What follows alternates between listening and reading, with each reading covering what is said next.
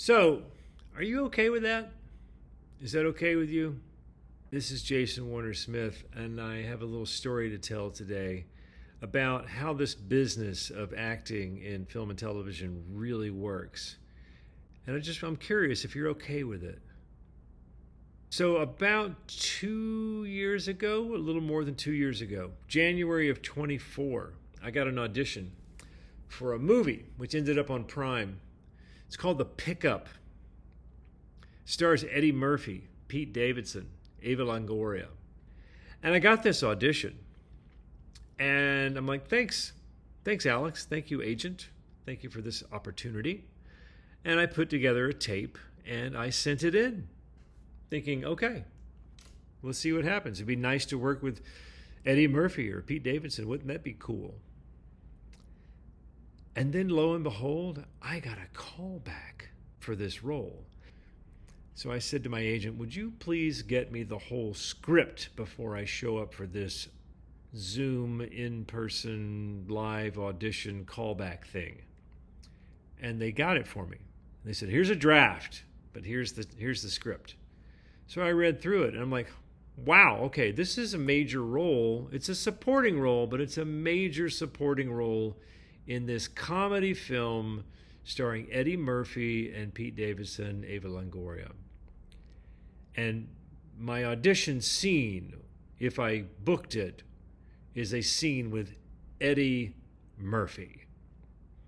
And I immediately thought, well, I don't care how good my audition is. They're not hiring a guy like me to play this part.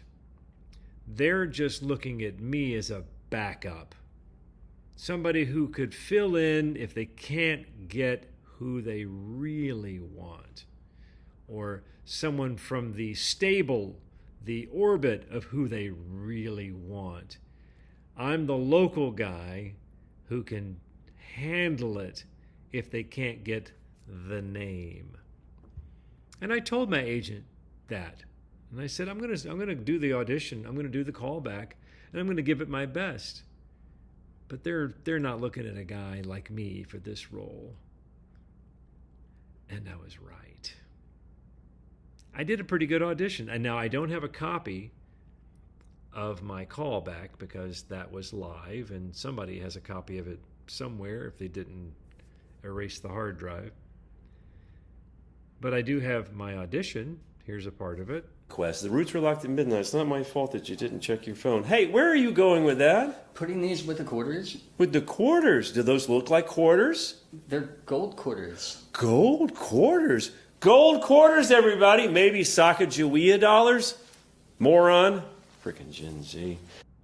And here's the guy that they hired to play that role. Route 5, get out there! Russell, he's a serious married guy, and he sent this really long route with Pete's character.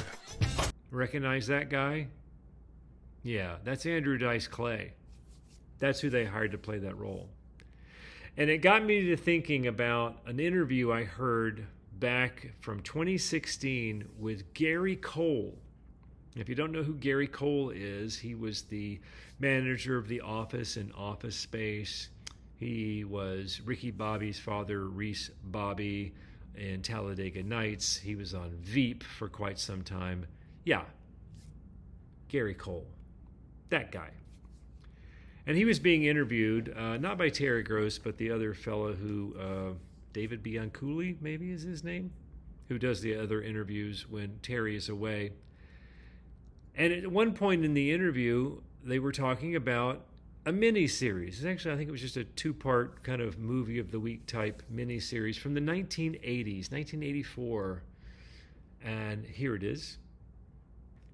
And he asked him how he got that role. How did you book this role? Well, I'll let Gary tell you how that happened. How did you get the part? Well, like a lot of people get their first part in Hollywood, I got it because 8 people said no. It was very flukish. I was in Chicago. I hadn't been, the only thing I had done on camera was 2 weeks on a movie of the week that happened to shoot in Ohio, and that's why they had some Chicago actors in it. There was a casting director that was a friend of mine in Chicago. She knew some of the brass at NBC. I had previously went for an audition for the old 80s hit Miami Vice. Oh, yeah. I read for Don Johnson's role, yeah. And in the meantime, this miniseries was getting together, and they had Carl Malden, they had Andy Griffith, they had Eva Marie Saint, they had basically everybody in place, and they were ready to go. But they didn't have this guy because they kept offering it to people. I think they offered it to Christopher Reeve and Alec Baldwin, and everybody said no. And because it wasn't really it wasn't a very heroic character, certainly.